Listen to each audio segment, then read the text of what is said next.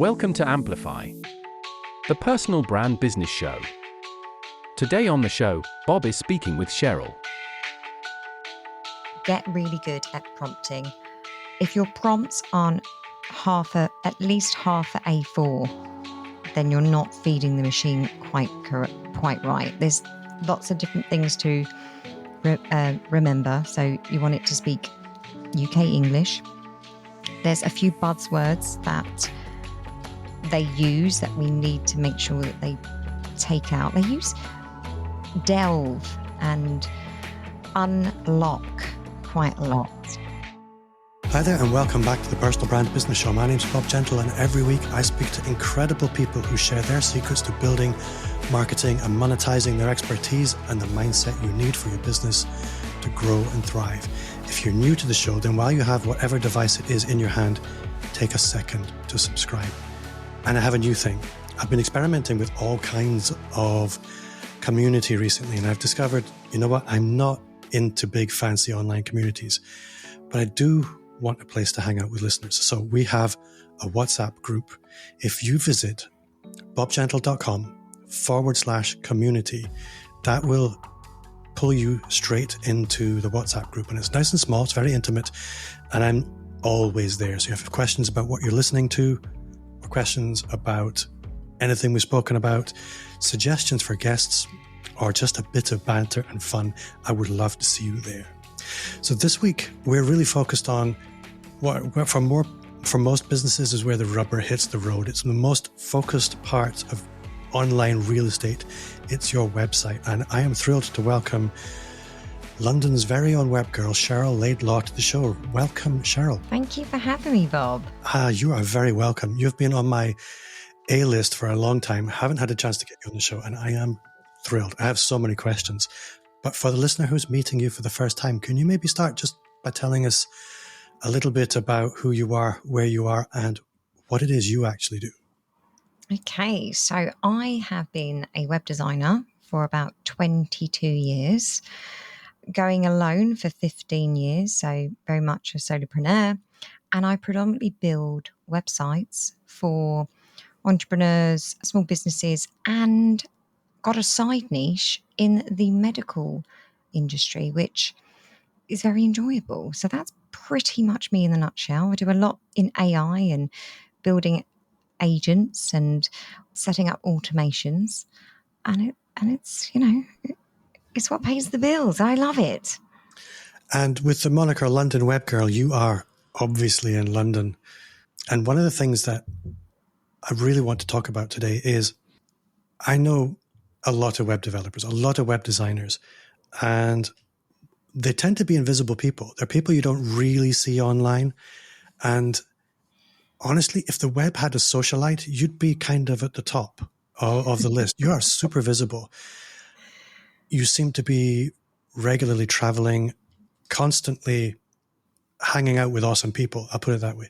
And a lot of people struggle with that and getting the job done. It seems to be they're head down doing the work or they're out having fun. And there seems to be very little work-life balance with that. But you seem to pull it off. And I'm curious to know how real is that and how intentional is that? Such a great question, because pre-lockdown, I used to go to an opening of an envelope. If I got an invite anywhere, I'd be there. I'd be filming it all, taking all the knowledge in, mingling, networking, getting to know people. And as we've come out the other side, and again, it's 2024 now. Things have massively changed for me. So as much as I am still very much present online and do lots of Instagram stories and make sure I'm doing my LinkedIn posts and, standing out, basically, I don't do as much as I used to. And that's purely because I actually suffered with burnout in 2019. And I've learnt to just slow down. So I now post when I really want to go out or if I really have to get out the house, because let's face it, we as web designers, we could sit in our houses and not leave. Luckily, I have a dog So I do get out at least 3 times a day. But it's very common for web designers to be very much sitting behind the computer. So I like to balance it out. And then when I do go out, I will then share what I'm doing, just to really show my personality, what I'm like. So you get an idea of what it's like to work with me from the things that I like to do. And to the point where I forget to even share the websites that have gone live. But they're always ticking behind the background. And to be honest with you, I'm always working. So if I'm out during the day, I'll probably be working in the evening. But that's the beauty of being self-employed, right? It absolutely is. I think one of the things, and I'm wondering if this is the case for you, I think lockdown trained people to be visible differently and to be a lot more present online in the ways that they previously could only really be in person. And this is, I think, perhaps what I'm seeing at the moment from you is that you manage to maintain the impression of presence without necessarily being out all the time. Because certainly my experience is I've actually never seen more of you. So maybe I'll reverse gear a little bit. I'm an introvert, a screaming introvert, and I found being visible online in the beginning painful. It was physically jarring, really unnatural, and it took a lot of work to get to the point where that was natural. And I think a lot of people in traditionally technical industries, and you're not just doing the pretty pictures, but you've got the technologist background as well. You are a nerd. A lot of nerds are not naturally charismatic and outgoing, and I'm curious to know how natural was that for you? In the beginning, I was part of a mastermind group, and I knew Instagram was evolving, stories had just come out, and I knew, I was like, I need to be doing stories every day. So in the beginning, I started to do 1 story a week. Even just showing up, it was so cringing. I can remember thinking, what are people going to think of me sharing my, day to day, or telling people what I'm up to, or what award or event I was going to, etc. And I did used to get the weird, why are you sharing that? Or that's weird. It would always be from friends and never anyone in business. Eventually that went on to 1 story a day. Again, very much cringed at that too, to the point where I really didn't care. And actually people started to recognize that, again, because I was always out and about, going to this membership club and that membership club, and it was really cool and trendy. One would be really traditional. Then I'd go and see a client. There was lots going on, so I could orchestrate the stories to make it a little bit more interesting. So actually, once I got into my flow on my day-to-day, it was actually quite easy. I've actually found it harder as I've got older. And I'll be completely honest with you. It's because I don't care so much. And that's not because I don't care so much about my business. I don't care about what people are thinking of me anymore, in a very positive way. I didn't need to be showing. In the beginning, I felt the need to show, look where I am. And whereas now I don't have any of those, that need Less of to a need. sort of, yes, exactly. Yeah. So I do struggle. I have to say, no, everyone needs to see me at least once a day. And they do.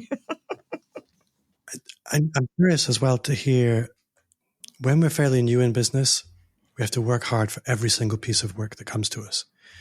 There comes a point where you kind of hit critical mass and you simply need to maintain that level of visibility. And I sense that that's perhaps the stage that you're at now, is you simply need to maintain your profile. Enough people know about you that the referrals come. And as long as you manage to stay front of mind, you're not fighting for front of mind. You've achieved it. Now it's simply maintaining it. Is that fair to say? Yeah, I would agree with that. One of the questions I always like to ask people is, opportunity can come through one of four doors. It can either come through referrals in our network, relationships. It can come through ads. It can come through content and content marketing. And it can come through active outbound sales. What does that mix look like for you? Because usually there's a dominance of one or the other. It's unusual that people have things perfectly balanced. Yes. And actually, the answer to this might be surprising, but I still champion face-to-face networking. I have done and attended so many networking events, BNI, Athena. There's some great groups in London that I used to turn up to. Particular niches I would turn up to, go to, meet people, add them to LinkedIn. Again, it's a whole process, because when you meet that person, you then got to get them into your social circle, whether that be through LinkedIn or Instagram, whoever you choose to show up.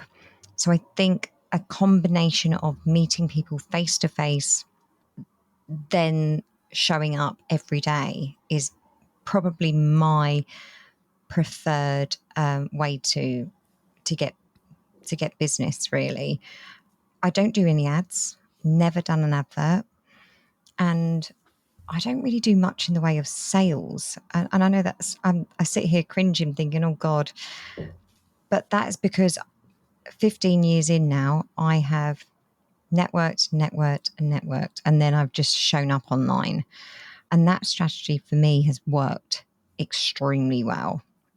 It's really interesting listening that I used to do, like you, a lot of in-person networking. Before the pandemic, for some very specific reasons, I wanted to completely stop it all because I wanted a fairly major pivot.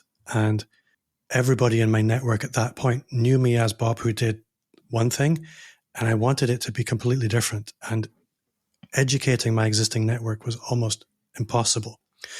So I wanted to do things online, and that required me to really overcome quite a lot. But now that's pretty much mission accomplished. And I'm starting to do a lot more in-person networking now.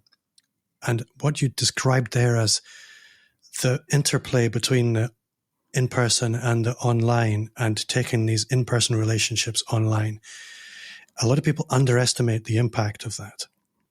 I do a lot of work. In fact, almost all my work is at least across the country. The majority is international. So for me, that's essential. My business wouldn't function without that. But very few people appreciate the impact that our content, if we are active, has on our network, both in the micro sense, but also more widely. It's where we can take these superficial encounters and really deepen them and educate them so that when they begin to refer us, they do it very differently. They do it with a lot more confidence and trust. Absolutely. Recognizing that networking is so important. Myself and a friend of mine, Liz, started a new networking group called Work the Room. I see. And so we do that 3 times a year. And that's purely because we haven't got any more time. We would love to do more events. And we've taken all the best bits from all the networking groups that we've attended and popped it into Work the Room. So it's just champion that whole face-to-face, having lunch, having some good wine, champagne, and getting people together in a room. I just feel that is so valuable. I think there's also, and I don't know if you agree with this, but there's a tremendous power in being seen as the connector, as being the person that sits at the nexus of a network like that. Because like it or not, opportunity all seems to pass through this central point. So if you are the connector, if you are the host of an event like that, you do tend to just end up being, for some reason, a little luckier. Is that fair to say?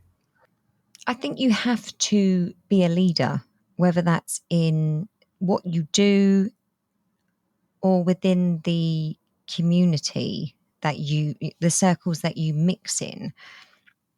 And organising events, even if you're organising a dinner or you're organising a get-together breakfast, I think that's really important. You're just showing up and you're doing the work for other people. So therefore people will lean on you, people will ask you questions. If they are stuck in business, they're more likely to pick up the phone to you and say, I'm having trouble with XYZ, because they know that you've either been there before or you know someone in the network that can help them. So I think you're right. Having that sort of key place in the community is very important. So I'm very aware we're 15 minutes in, haven't spoken about websites yet. Websites are your main thing, I think. So across the board, with your business, what's on the menu? So what do you actually spend your days doing? I predominantly build websites for solopreneurs, small businesses, and a lot of my energy goes into the medical industry. So I build websites for private medical practices, for surgeons, GPs, physiotherapists, osteopaths. So I spend a lot of time talking to doctors. Which brings me on to another really interesting question, because I didn't know any of this. Because if I simply follow the traditional link to your main company website, CC Digital, I wouldn't. There's no way I would know this. And when we were speaking before the interview, you mentioned that you have multiple websites, and that A is really clever, and B really crafty. Tell me what's going on there. Okay, so I'm not going to tell you that this is all strategically planned, Best things but never are. I know, right? So originally, I was Real Design Group, Cheryl Real Design Group. And then as we moved through this period in the teens where everyone wanted to work with people, one person, I then niched to London Web Girl. That was 2015. I also started building websites in a day and created a business, another website called Website in a Day. So I was known as the Website in a Day girl for a long time. I still get told I'm Website in a Day girl. I pivoted to London Web Girl because I thought it'd be really great for PR purposes. And then at the time I was doing lots of stories on Instagram that, made me stand out in the industry. And it was probably about 2018 where I started to niche in medical. So currently I would have Website in a Day, London Web Girl. Then I built my medical website for the medics because they really love it when you niche and you have a particular website based all around that industry. And then in 2022, I decided to go back to an agency front in CC to give it a little bit more of a luxury feel. So I've kind of come full circle where as I don't mind being the personal upfront figure, but I now feel that London Web Girl I've outgrown her. I like that. I think the whole medical thing is a really great niche for a lot of reasons. A, they all hang out together, they all speak to each other. But B, they generally want to buy a great product and they don't mind paying for it. They just want to know it's going to be great. Yes. And they all kind of need the same thing. So from a technological perspective, you know what the tech mix needs to be, which does bring me on to another question, because doctors are busy people and they don't suffer fools. They're impatient and they don't have a lot of time. And one of the things that is becoming very important now is automation on the one hand, AI alongside that. And I'm curious to know how you're blending those things with what you're doing. It's a great question. And I'm always surprised when I get a clinician online that says, what can you do for me in terms of AI? I mean, the AI is huge in the health industry at the moment. Obviously, we've been watching robots do operations from, the other side of the world where the surgeon's doing it in a computer room in the hospital in California, and then operating in Japan. So they are very clued up on AI. So what I've been doing is integrating chatbots so that they can learn a little bit more about their specific industry, and therefore they can sort of hold them, get the information that they need basically, and they can contact them directly after using the bot. I've done a lot of WhatsApp integration, so they go straight through to the secretary. I'm doing automations and, oh goodness, what else? Agents. Agents are my most favorite thing to do. If you are into Chat GPT, and we always talk about prompting, it's all in the prompt. It's the most important thing right now, is to learn how to prompt. But you can go a step further with your agent and teach it everything it needs to know, and then you press the button and off it goes. So if I'm not talking sense right now, I've probably gone a little bit too far. Well, you have been talking sense, but I'm going to offer to make it a little bit more real for people, because I think the problem with things like custom chat agents and custom GPTs and things like that is they're great buzzwords, but a lot of people don't really understand what these things are actually for at a practical level. So I'm going to invite you to use me as an example, because honestly, it's a real question. I've heard people talking about custom GPTs and bots and things like that. But if you were saying to me in a pub, Bob, you need a custom GPT, because I've been hearing everybody's got one. I probably do, but I wouldn't even know where to begin, and I don't know what the value proposition is. So custom GPT me. Okay. So I don't know how you're using AI at the moment. So I Shall I use tell it you? Yes, please So do. I have a couple of little things going on. I have one, I'm really pleased with this actually. So I have a voice note app on my phone. If I tap a voice note, I can record the voice note. It will go through Zapier, through ChatGPT to be A, transcribed, and B, summarized. And it lands in Notion. That's one way I'm using it. It's quite cool. The other side of it is I pretty much do what everybody does, which is I will say something along the lines of, here's a piece of text. What are the action points out of this, for example? Okay. So I have basic ChatGPT use and a couple of really nifty things, and that's it. Okay. So first things first, I always say get really good at prompting. If your prompts aren't at least half a A4, then you're not feeding the machine quite right. There's lots of different things to remember. So you want it to speak UK English.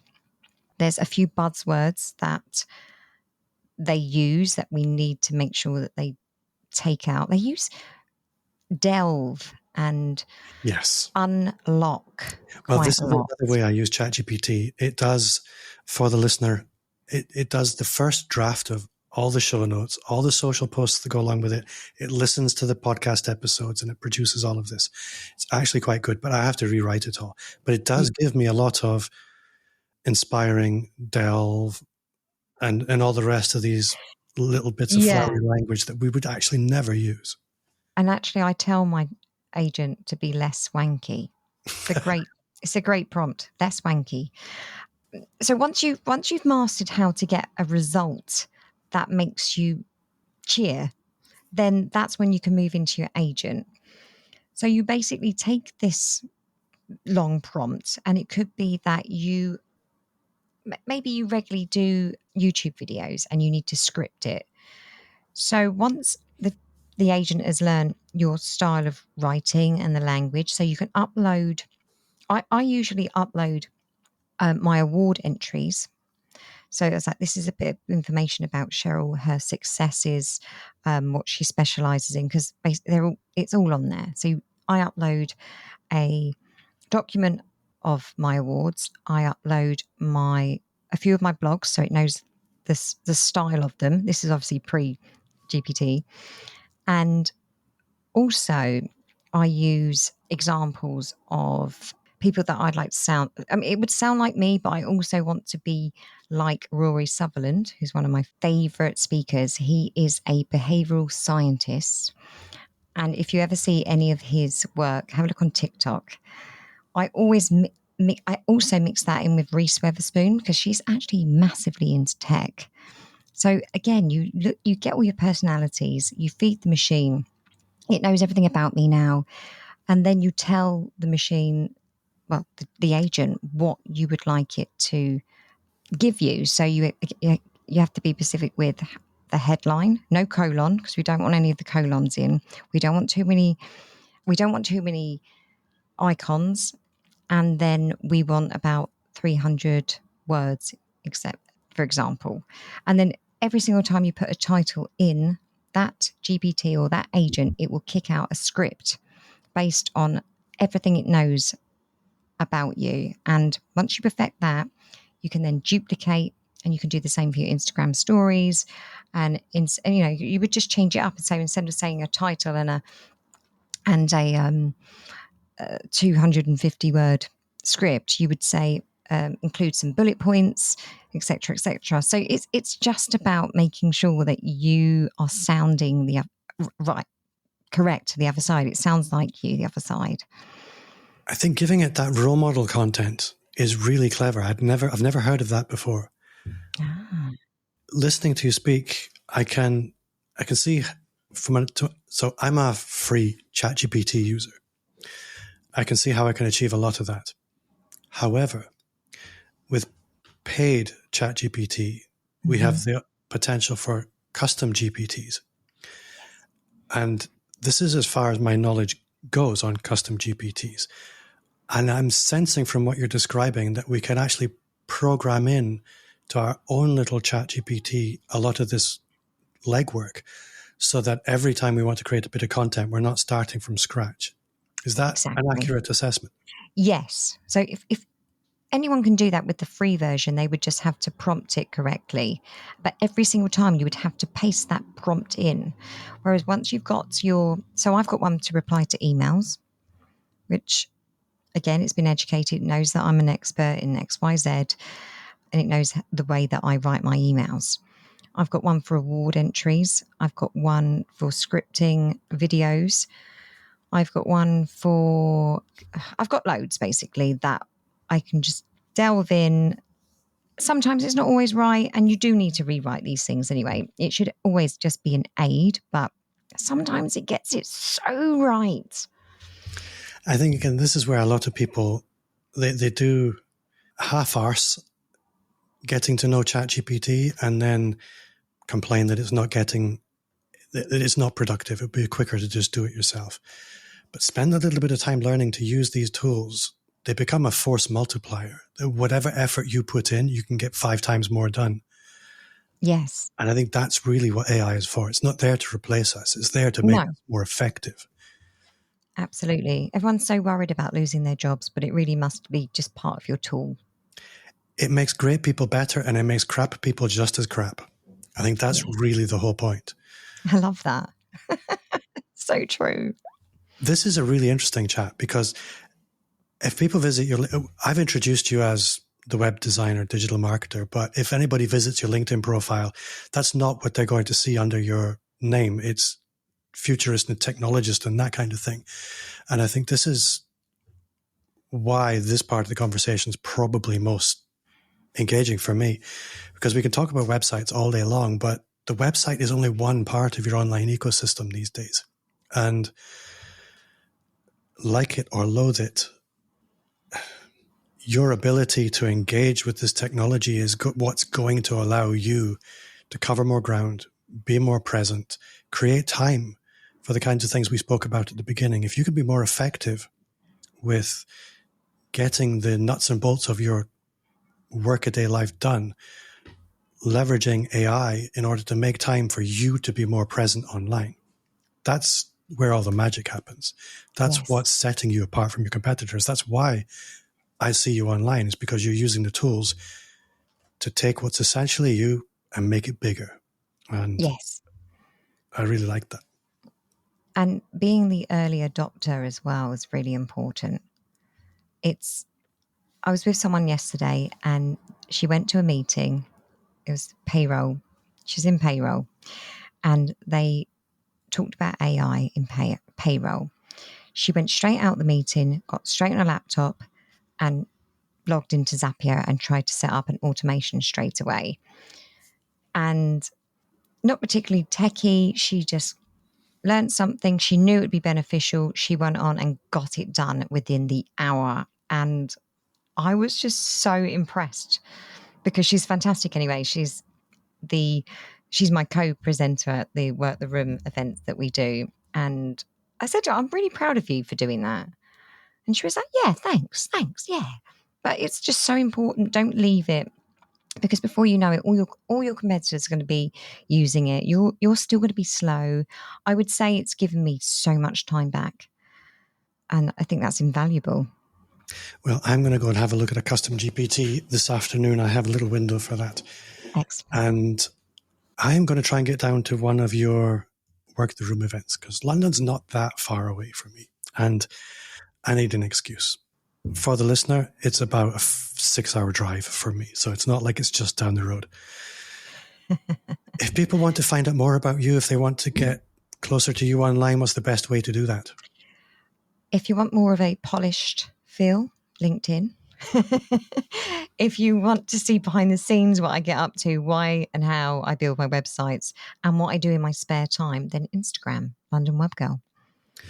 And Cheryl, I need to bring things to a close, but I can't let you go without asking, what's one thing you do now that you wish you'd started 5 years ago? It would involve niching in the medical industry. So as much as I did niche around 4 years ago, it's something that comes up quite a lot when you go to conferences or you get a coach. They will say, can you niche? Would you niche? And I wish I niched earlier. Yeah. There's a lot of fear comes around niching, because in order to say a big yes to somebody, you feel like you're saying no to an awful lot of other people. That isn't actually what happens. No. But it definitely feels like that's what's going to happen. It feels a lot like parachute jumping. Not that I've ever done it. In fact, I've avoided it a few times. It's not for me, Bob. But I imagine it feels a little bit like that. Yes. Cheryl, you have been awesome. I have only scratched the surface in the things that I wanted to talk about. So you're going to have to come back. Would love to. But for now, thank you very much. Thank you. And for you at home, that does bring us to the end of another episode. Thanks for listening. And if you did enjoy the show, then I would gently invite you to join the new WhatsApp group. It's not what I normally say at this point, but yeah, join the new WhatsApp group. It's bobgentle.com/community. And also, if you did enjoy the show, back to the normal stuff, you will love the Personal Brand Business Roadmap. It's 50 pages of everything you'll need to start, scale, or fix your expert business. Completely free as a gift from me. Just visit amplifyme.agency/roadmap or click the link in the show notes. If you enjoyed the show, don't remember, you can leave a 5-star review. That's 5, wherever you listen to podcasts. Thank you for listening, and see you next time.